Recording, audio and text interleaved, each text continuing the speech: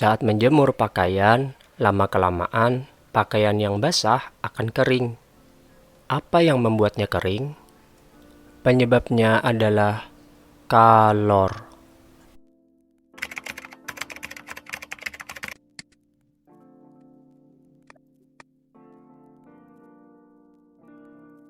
Kalor disebut juga energi panas. Kalor adalah energi yang berpindah dari satu benda ke benda lain karena perbedaan suhu. Energi panas berpindah dari benda yang memiliki suhu lebih tinggi ke benda yang suhunya lebih rendah. Perlu diketahui bahwa suhu dan kalor adalah dua hal yang berbeda. Suhu adalah ukuran derajat panas atau dinginnya suatu benda. Satuan untuk mengukur suhu ada 3, yaitu Celcius, Fahrenheit, dan Kelvin. Di Indonesia sendiri, satuan yang digunakan adalah derajat Celcius. Suhu dapat diukur dengan alat yang bernama termometer. Alat ini biasanya digunakan saat kita demam. Apakah kalian pernah memakainya? Rumus sederhananya begini, jika suatu zat menerima panas, maka suhu akan naik. Sebaliknya, jika suatu zat melepas panas, maka suhu akan turun. Dalam kehidupan sehari-hari, contoh perpindahan kalor adalah saat kamu memegang es batu. Lama-kelamaan, es batu akan mencair, sebab terjadi perpindahan kalor dari tanganmu menuju es batu.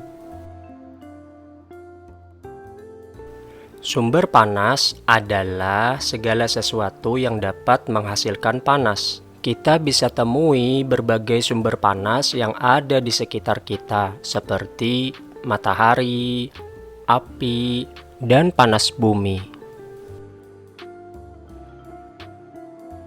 Penting untuk diketahui, meskipun kalor dapat berpindah dari benda bersuhu tinggi ke benda yang bersuhu rendah, tapi tidak semua benda dapat menghantarkan panas dengan baik.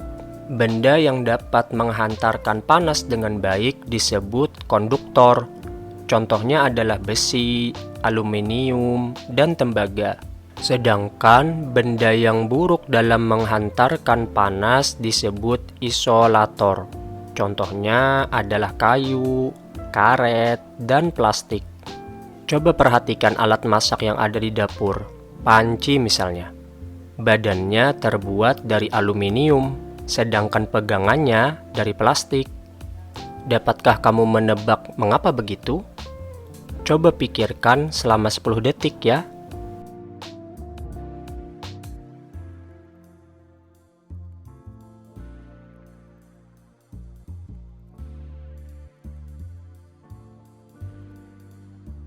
Badan panci terbuat dari aluminium agar panci dapat menyerap panas dengan baik sehingga masakan cepat matang.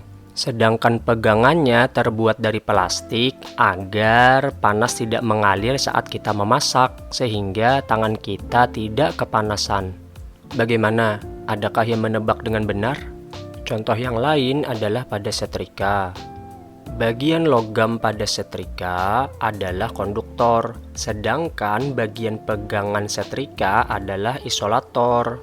Konduktor logam berfungsi untuk menghantarkan panas ke pakaian, sedangkan pegangannya terbuat dari plastik untuk menjaga tangan kita agar tidak kepanasan saat menyetrika.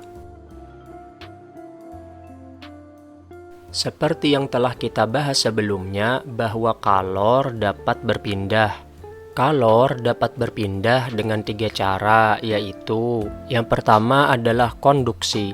Konduksi atau yang disebut hantaran adalah perpindahan kalor melalui zat tanpa disertai zat perantaranya. Contohnya adalah saat memasak dengan panci. Saat terkena api, panci akan terasa panas di semua bagiannya, padahal yang terkena api hanya pada sebagian panci saja. Atau saat kamu memanaskan sebuah penggaris besi di ujungnya, maka pada ujung yang lain juga akan terasa panas. Contoh yang lain adalah knalpot kendaraan akan panas saat kendaraan tersebut kita nyalakan. Atau mentega di atas wajan akan meleleh saat wajan dipanaskan. Yang kedua adalah kalor dapat berpindah dengan cara konveksi. Konveksi disebut juga dengan aliran. Konveksi adalah perpindahan panas yang diikuti dengan zat perantaranya. Konveksi umumnya terjadi pada zat cair atau gas. Contoh konveksi adalah saat kita memasak air dalam panci. Terjadi perpindahan kalor dari air di bagian dasar panci ke air yang berada di permukaan atau bagian atas panci.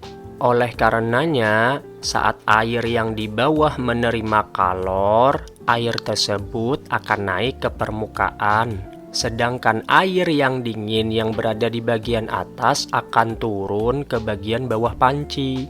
Inilah yang disebut konveksi. Karena zat air sebagai zat perantara ikut berpindah bersama panasnya. Contoh yang lain adalah terjadinya angin darat dan angin laut. Angin darat terjadi pada malam hari. Angin darat terjadi karena udara panas di atas laut akan bergerak naik. Lalu udara dingin dari daratan akan menggantikan tempatnya. Hal yang sama juga terjadi pada angin laut. Angin laut terjadi pada siang hari. Angin laut terjadi karena udara panas di daratan akan naik dan udara dingin dari laut akan menggantikan tempatnya.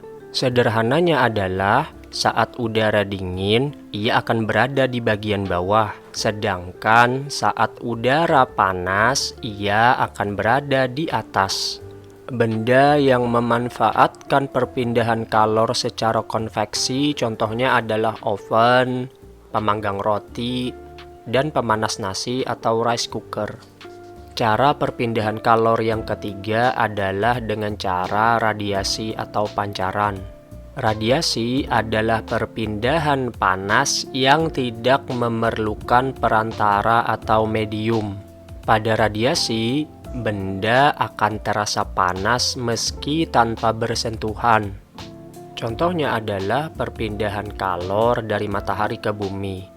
Kita merasakan panas matahari padahal kita sendiri tidak bersentuhan dengan matahari.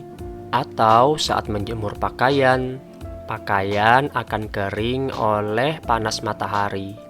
Selain itu, saat kita duduk di dekat api unggun, kita akan merasakan hangat meski tanpa perlu menyentuh apinya. Contoh selanjutnya adalah lampu yang digunakan untuk menghangatkan telur unggas.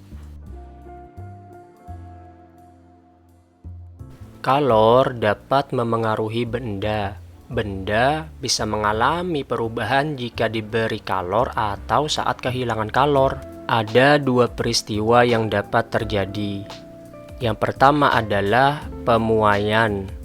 Pemuaian adalah penambahan ukuran atau volume benda akibat menerima panas.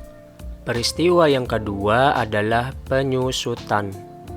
Penyusutan benda artinya berkurangnya ukuran atau volume benda akibat melepaskan kalor. Contoh dari kedua peristiwa ini bisa kita lihat pada kabel listrik. Pada siang hari, udara panas membuat kabel listrik menerima panas. Kabel listrik pun akan memuai, sehingga kabel listrik menjadi lebih panjang dan kendor. Sedangkan pada malam hari, udara dingin, akibatnya kabel listrik akan kehilangan panas sehingga menjadi lebih pendek dan terlihat kencang. Contoh yang kedua adalah yang terjadi pada rel kereta api. Pada rel kereta api terdapat sedikit celah. Pada saat siang hari, udara panas, rel kereta akan memanjang karena memuai. Dengan adanya celah kecil tersebut, rel kereta api tidak membengkok karena panjangnya bertambah saat menerima kalor. Sedangkan pada malam hari, suhu berkurang, rel kereta api akan menyusut. Nah, setelah semua pembahasan ini, lalu muncul pertanyaan. Bagaimana cara kita membuktikan bahwa cahaya matahari itu memiliki panas? Salah satu percobaan sederhana yang bisa kalian lakukan adalah percobaan menggunakan kaca pembesar atau lup. Alat yang diperlukan sederhana, hanya sebuah kaca pembesar dan daun kering. Caranya adalah dengan mengarahkan pantulan cahaya matahari menggunakan kaca pembesar ke bagian daun kering. Mau tahu apa yang akan terjadi? Untuk lebih jelasnya, perhatikan video berikut ini.